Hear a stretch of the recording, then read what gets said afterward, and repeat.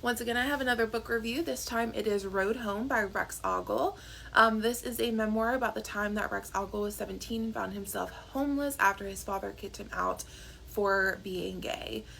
Just before we get into the book review, just some kind of content / trigger warnings because this is a very heavy and deep book. So some things are homelessness, especially teen homelessness. There's violence, there's parental neglect, parental abandonment. There is on-page sexual assault and rape, and then there's also suicidal ideation and just, poverty and things like that that kind of come along with homelessness. So just go in knowing that there are these content warnings. I think this book was beautifully written. I think it very much highlights Rex's experience of being homeless and what he kind of went through day by day and how, hard it is to be a teen and homeless. I think it is a book that people should read, again, keeping those content and trigger warnings in mind. But it was a really beautifully written book. It pulls at your heartstrings. I spent the entirety of this book with tears in my eyes. And you will spend the majority of this book just wanting to kind of go into the pages and give 17-year-old Rex a hug and just tell him that things eventually do get better for him. So the book starts off with Rex being 17 and he is on vacation with some of his friends. He is from a small conservative town in Alabama, and he ends up meeting a guy on this vacation named Russell. They kind of slightly hit it off. But again, Rex is still very closeted. He is not comfortable coming out, as gay because, again, he lives in a very small conservative town.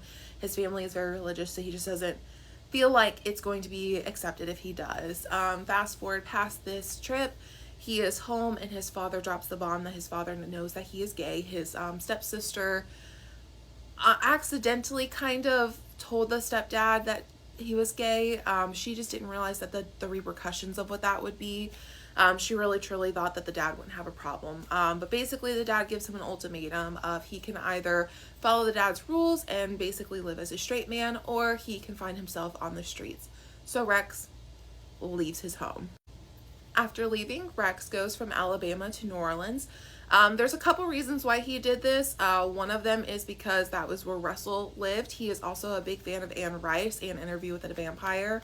And obviously we know that's set in New Orleans, so he kind of just has this glittering idea of what New Orleans is. I also saw in an interview where he apparently said if he was going to be homeless, he might as well be homeless somewhere cool.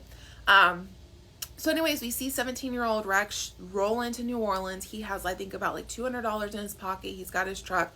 That's literally all he has to his name. He does end up meeting up with Russell, and this is where things kind of get a little tough. Russell is 31.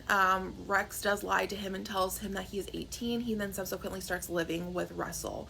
And this is where kind of a bad power dynamic between the two starts, because Rex is very much indebted to Russell. He is living in his home. He is eating his food. He's not, giving anything financially to the household. Rex is attempting to find a job, but it's New Orleans. It's the summer. All the jobs are taken. Things kind of progress with Russell into not great areas of their relationship. It becomes very volatile. It ends in a very horrific scene. If you saw the content trigger warnings in the beginning, you probably can understand what that is, which leads to Rex fleeing Russell's house and now becoming homeless on the streets of New Orleans. The rest of the book just dives really into his homelessness and his experience of being homeless. It really highlights, being on the streets, and it's the middle of summer in New Orleans and the heat and how that impacts being homeless. It talks about, him trying to find his next meal and many days going without food, and what that kind of does to his body. The lack of sleep because, one, he's not really finding comfortable places to sleep, but then there's also just the fear of, I'm outside, I don't know who could come up on me. So he just never really gets full sleep while he's on the streets. It just really dives into the other individuals that he meets and his own kind of mental realignment of homeless individuals. He talks about how he himself would have just walked past these people, and now being on the other side, how hard it is. So it's a really, he does not shy away from what it means to be homeless. The fear of food, shelter, what do you do? Rex does end up meeting one female individual who kind of takes him underneath her wing a little bit, to try to show him how he can kind of scam himself some food. But throughout the whole time, Rex, he never really loses his values. And as much as he is hungry and he needs shelter, he's not at the point where he's wanting to scam tourists. But it definitely does get darker, as time goes on. He does end up getting brutally beat up by 3 drunk frat boys. He does at one point find himself on top of a bridge contemplating if he wants to continue this life or not.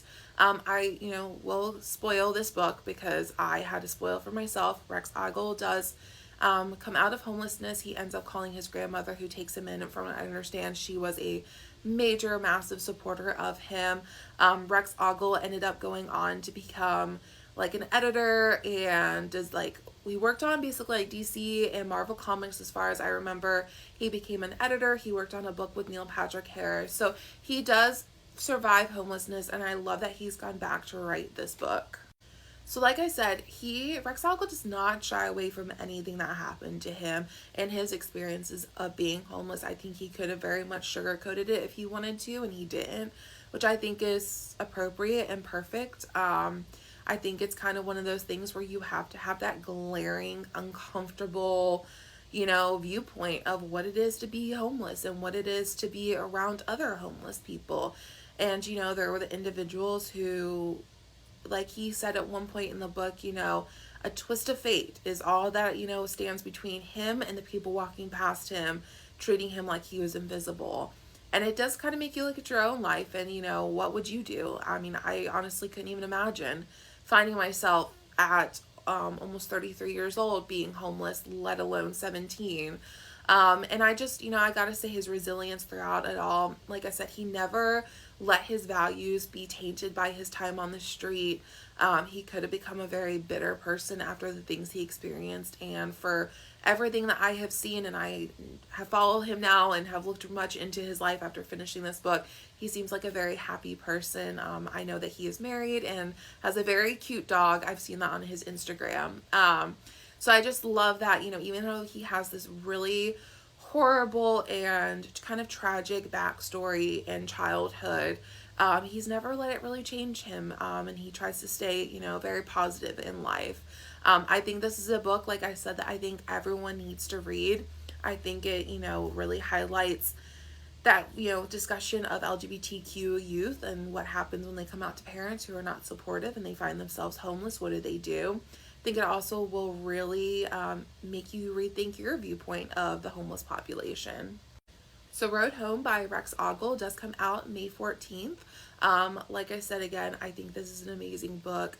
As far as I understand, Rex Ogle has written other books, one of them being Free Lunch, about the poverty that he lived in prior to moving in with his dad.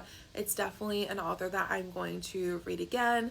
At no point are you ever bogged down in this book. He writes it so wonderfully and beautifully that you feel like you're right there next to 17-year-old Rex, and you just want to give him a hug the entire time.